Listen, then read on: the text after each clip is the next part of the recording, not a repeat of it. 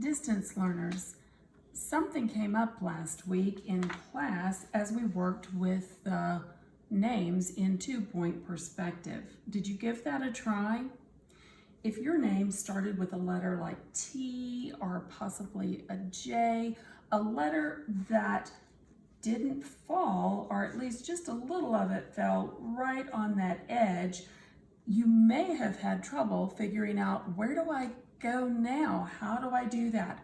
So I want to follow up this week and show you, for example, with the letter T. And if you have a letter that does something similar to that, this may help you too.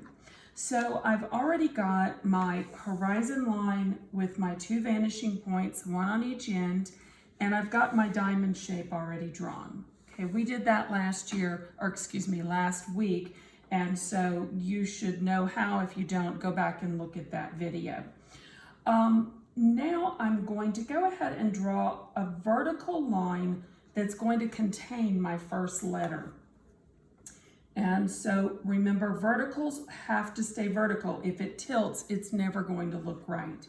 So I've got to stay vertical. I can look at this line, my corner line, and see that that's about the same amount of space, and go ahead and draw.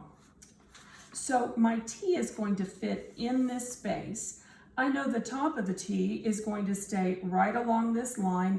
As a matter of fact, I'm going to go ahead and make that line in pen so that you can see it a little bit better. I should have done it with the ruler because it's a little crooked, but that's okay.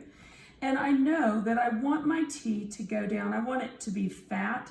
So I'm going to make it go down this far on that edge line that is our front edge of our diamond. And so now I can't draw this line until I know where it's going to cross. I'm going to line up the edge of my pen line with my vanishing point, and with my pencil, I'm going to draw back. I don't have to draw all the way to the vanishing point because the T is going to stop here, right? It's going to stop in this space. And now I can draw the other edge of my T. I don't want to draw this line in pen yet because I've got another piece of the T that's going to go straight down. I can find the middle of my space by making an X from the corner to the corner of the T, and from the corner to the corner of the T.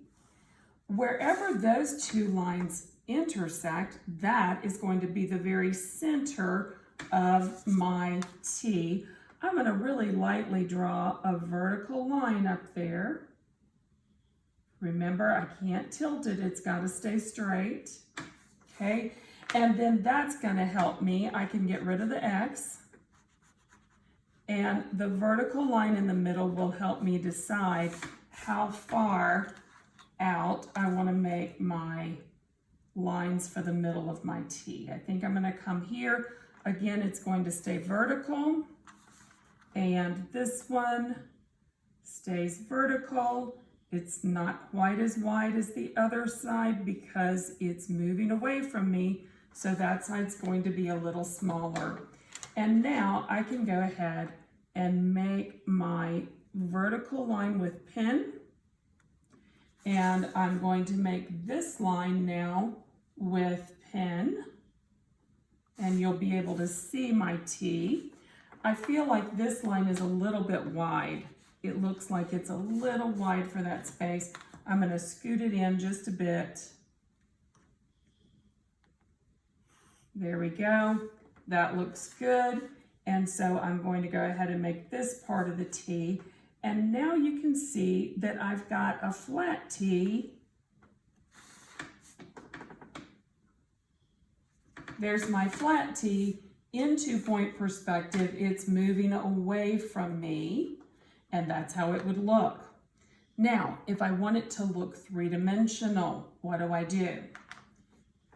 We're going to go back. If this part goes to this vanishing point, the other side of the T is going back to the other vanishing point. I'm going to put my ruler on the corner and on the vanishing point, and I can take it back. I could go all the way back if I want to, or just a little ways. I'm going to go ahead up here and, oh, it looks like I didn't quite get on the vanishing point there, and that's important. I'm going to redo that. There we go. It was close. I think I just moved my ruler. I'm going to go ahead. I've already got a line on this from this corner to the vanishing point. I'm going to go from this corner to the vanishing point.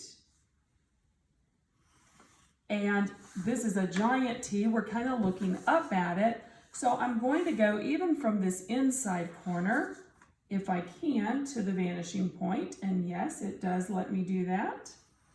So I'm going to do that.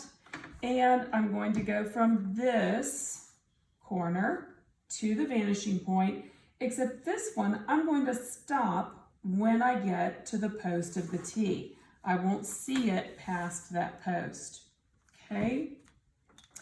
Now, as I'm going to start, I think it'll be easiest if we start with this.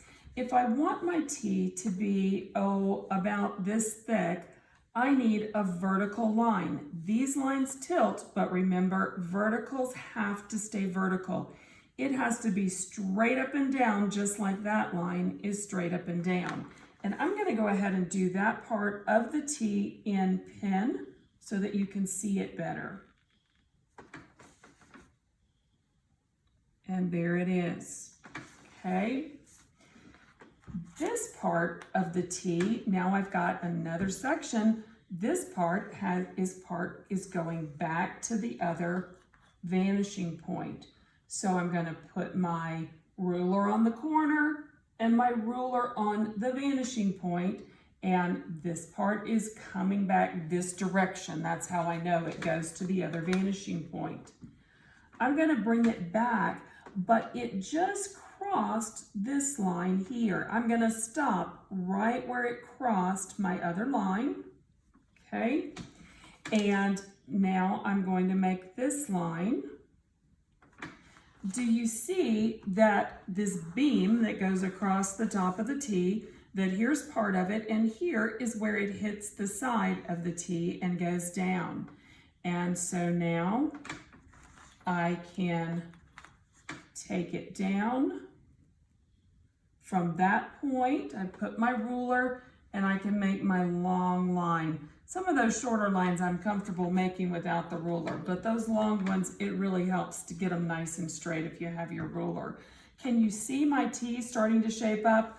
I just need to put this little line in, and there's my T in 2-point perspective. You can even start to add some shading to it. These parts that are underneath, I've just got an ink pen here that I'm working with. You could do it with your pencil, but you can start to see the T really stand out. And that's how you make your T or other letters that might end with most of the letter inside the box instead of right on that edge. That would be how you would make them. Let me know if you have questions.